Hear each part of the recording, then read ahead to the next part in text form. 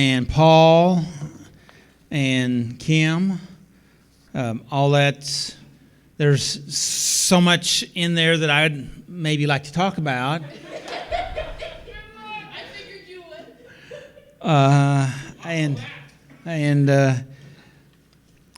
In the scripture that, again, actually Paul read it, and that was out of Ephesians 4:25 through 27, and it says, "Don't let sin."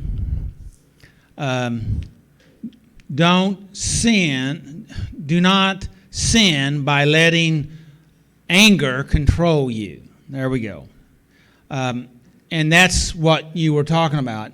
Anger is not wrong because oftentimes we need it to help us to recognize that we need to deal with something.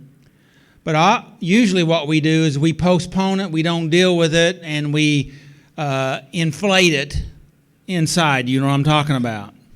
And usually we turn it into what's commonly known as rage. Anybody here ever went into rage? Yes, yeah.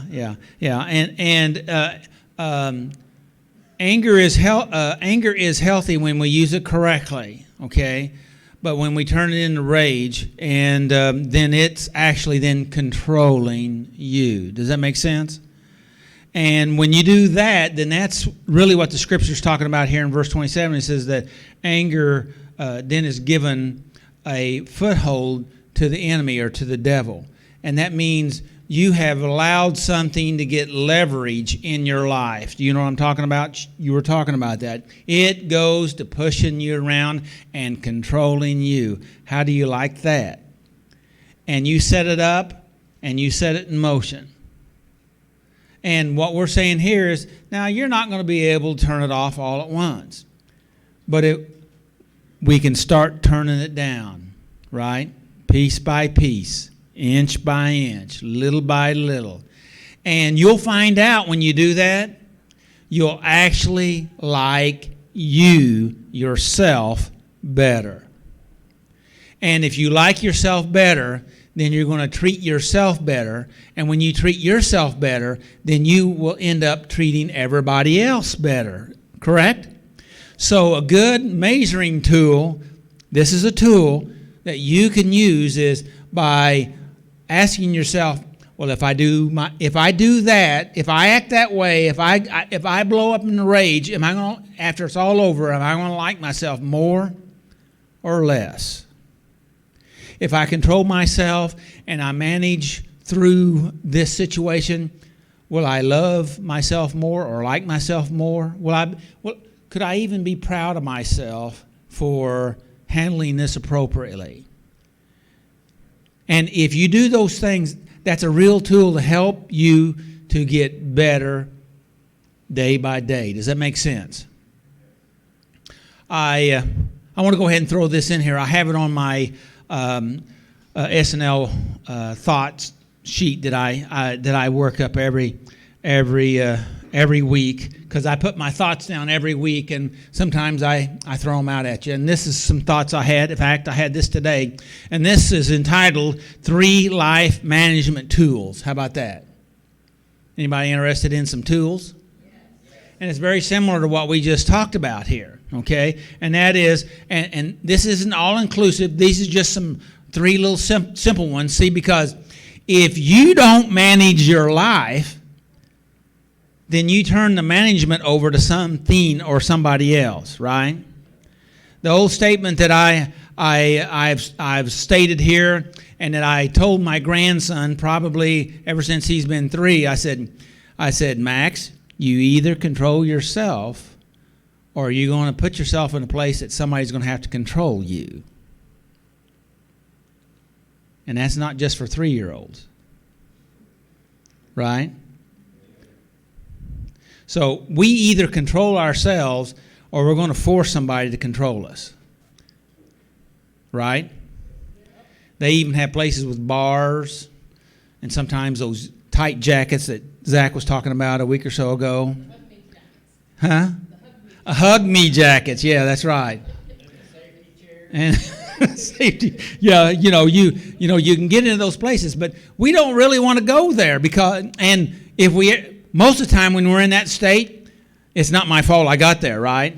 By my stupid actions and choices that I made, and I let the enemy have a foothold in my life. But anyway, here's the 3 tools. Okay? This is really simple. They're really simple tools. The first one is get up and start moving. Move, walk, run. Use that energy in a positive way instead of in letting that energy build up in you and work you over, okay? Move, just walk. Just take a walk, take a jog, take a run, do something, okay? That's your first management tool. What do you think about that? Will that work for you? Okay? Because see, either you use this energy in a constructive way or your energy is going to use you in a destructive way. Okay? Tool number 2, breathe deeply. Some breathing exercises. Okay? Breathe. Yes. Yes, it is. But see, breathing puts oxygen in and lets your mind start to work. See, because when we get angry, our amygdala kicks in and shuts our neural cortex down, and we stop thinking rationally, and we start breathing shallow, okay, and rapidly, okay, and we start pumping in adrenaline, right? Yeah, and we're setting ourselves up for a fight. Or maybe flight, okay? And so when I had my accident, I practiced a lot of breathing to work through the pain, okay? And I used it soon as I got down to the deck after working myself down off the railing where I landed on my ribs. I laid there and breathed, and I focused and I breathed, and I visualized breathing, okay? And calming, trying to calm my body down. When I went to the hospital and they kept moving me around and throwing me on a hard board and pushing me in this tube that they wanted to run me in X-rays and MRIs and whatever else they were doing, they kept slapping me around in a sense. I mean, I'm sure they was being as careful as they could, but it was painful. And they did it about every hour and a half for about 6 or 7 hours, okay?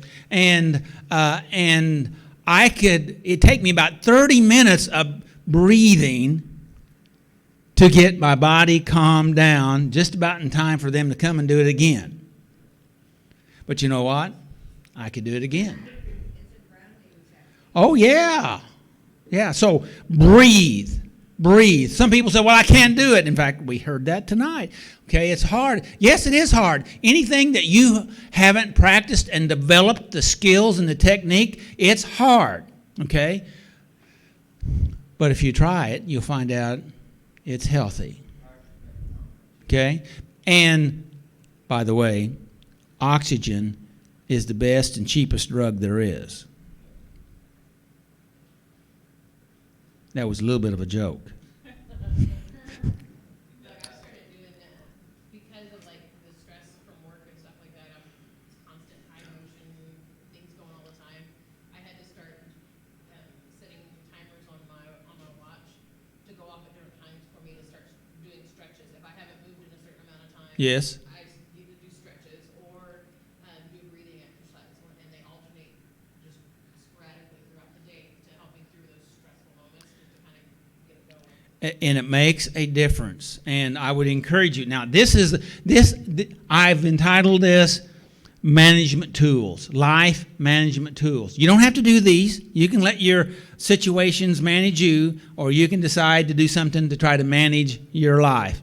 Okay? And what's in your best interest? Manage your life. Number 3, okay? And this is it. Purpose to direct your thinking in a positive, constructive way. Paul's been talking and Lisa's been talking, and primarily most of the talk, even though you understood what they were saying, we're talking about the negative aspect, okay? And the things that they were saying is these are things we shouldn't do. I'm telling you, what we need to do is focus on what you should do, okay? All right, focus. All right, let me a little bit of an experiment right now. Are you ready? Are you ready for a test? This is a test. All right, don't think of pink elephants. Don't think of pink elephants. Did anybody think of a pink elephant? Yeah. yeah. But you had to do it on purpose. Okay, right? Do what? You're fine. And the fact of it is, by not thinking, by telling yourself not to think about a pink elephant, then what do? You think about it because by telling you not to do something, you automatically are thinking about what it is that you're telling yourself not to do, so therefore you're thinking about what you don't want to do, right? So, and the way around that is say, well, I know how to not think about pink elephants. I'll think about green ones. Okay, now yours is flying elephants or whatever, okay? But see, the point here is we do have the power to control our thoughts, all right? And you get to manage your life if you choose to, okay? All right? So here is the number 3 tool, and that is purpose to direct your thinking. Purpose to direct your thinking. And instead of your thoughts controlling you, you get to control your thoughts. Romans 12:2, be not conformed to this world, but be transformed by the renewing of your mind. You get to renew your mind. And by the way, it is your mind, so therefore you are in charge to direct it. How about that? Does that make sense? Yes. And so you direct it. Oftentimes we direct our mind, but it's usually, how am I going to get this guy or do this or get back at them? You know, how mad I'm at them. We're directing it, but it's usually we're directing ourselves into the sewer. Kind of a nicer way of saying it than some of the other things, right? And so what we need to do, those are 3 life management tools. Okay, how's that? Comments? Questions? Statements? Michael? All right, congratulations. I have a piece of information here that I thought was very interesting. A comment, and it's actually a statement, and it's a trauma survivors are happier than a lot of lottery winners.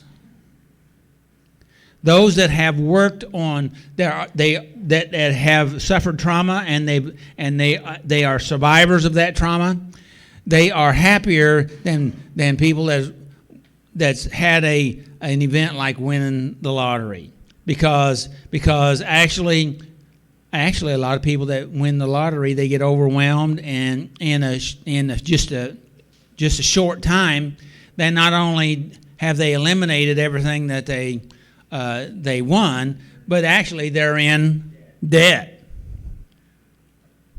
You know, because it's too much for them. But if we, and you are who I'm talking about right here, if you will go ahead and work through your issues, then actually, because you are addressing it, you are a survivor, you are working through it, then actually you have a better life and you're happier.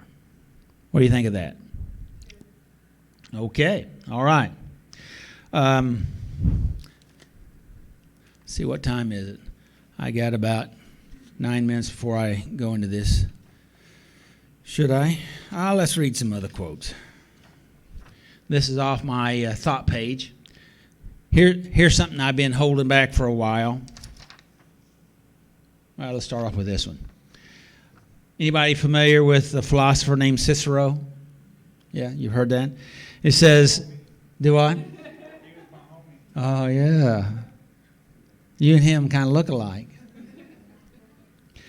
Fate guides the willing and drags the unwilling. Fate guides the willing and drags the unwilling. Fate, F-A-T-E, fate. In other words, that thing that brings us along into that. And so either we will listen to it. I believe is God. This fate that I believe is God that guides us, the Holy Spirit that guides us, because we all have that intuitive sensing mechanism that says, you should do that.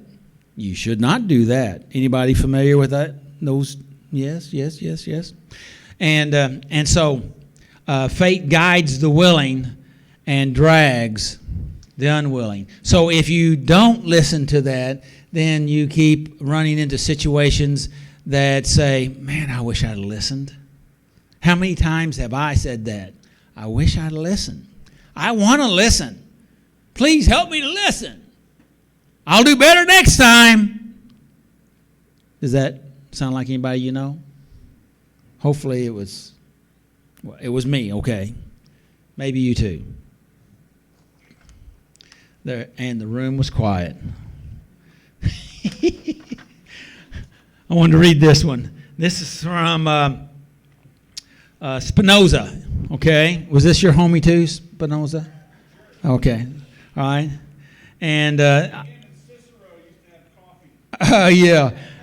And this is something I read probably a couple of years ago, and this is a kind of a challenging quote, and it's emotion, which is suffering, ceases to be suffering as soon as we form a clear and precise picture of it. After you said that, me and Cicero quit hanging out. I remember that. Read that again. I'm gonna read a translation that he put down here. It's similar to that. It says, "An emotion which is a passion ceases to be a passion as soon as we form a clear and distinct idea of it." Okay? So I'm going to go back to the original quote. Emotion, which is suffering. A lot of our suffering, and I've been really looking at this for a couple of years, is basically our own internal issues of usually what we think should be, our expectations of what we think it ought to be, or the way that they should be. Things are not fair. They should be different. All those things are kind of ideas that we have, and they're really emotional based ideas. Does that make sense? So he says, emotion, which is suffering, ceases to be suffering as soon as we form a clear and precise picture of it.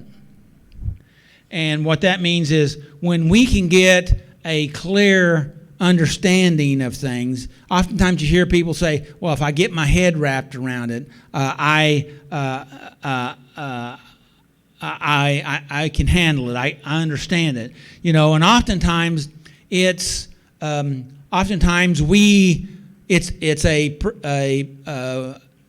way that we perceive something, a perception of something. If we could see it from a different angle, then we think about it differently, and that is part of that clear and precise picture that we're talking about here. Does any of that make sense? Yes, sir. It's like it's how it happens to me, it's how I feel about it. Yes. Yes. If I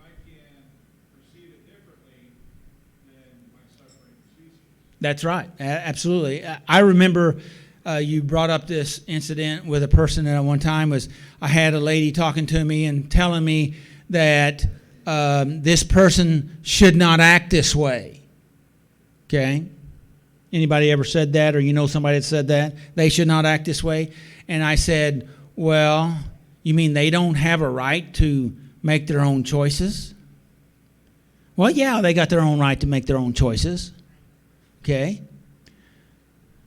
And I said, so if they choose to do that, then don't they have a right to do that, even if that is a stupid choice?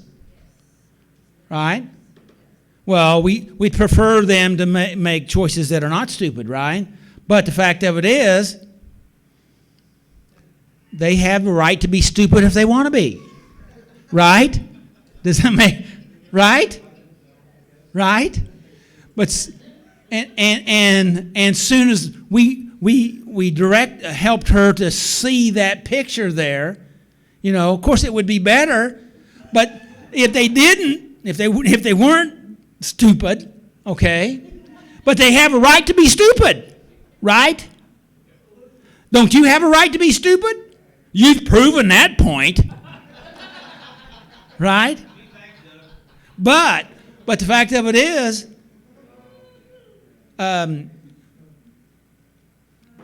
hopefully we all learn from our missteps, correct? Hello? And so when she saw that actually she was, in a sense, that mindset was, I'm trying to be God and dictate how they should change because I would feel better if they were different. Well, the fact of it is, and they were saying that they controlled her feelings. But the fact of it is, as Paul was saying, she controlled her feelings just like you control your feelings. So, that clear and precise picture. And when we get some clarity on it, then we can say, well, just like that person that cut me off, well, I had the right to flip them the bird. you did. You could make that choice.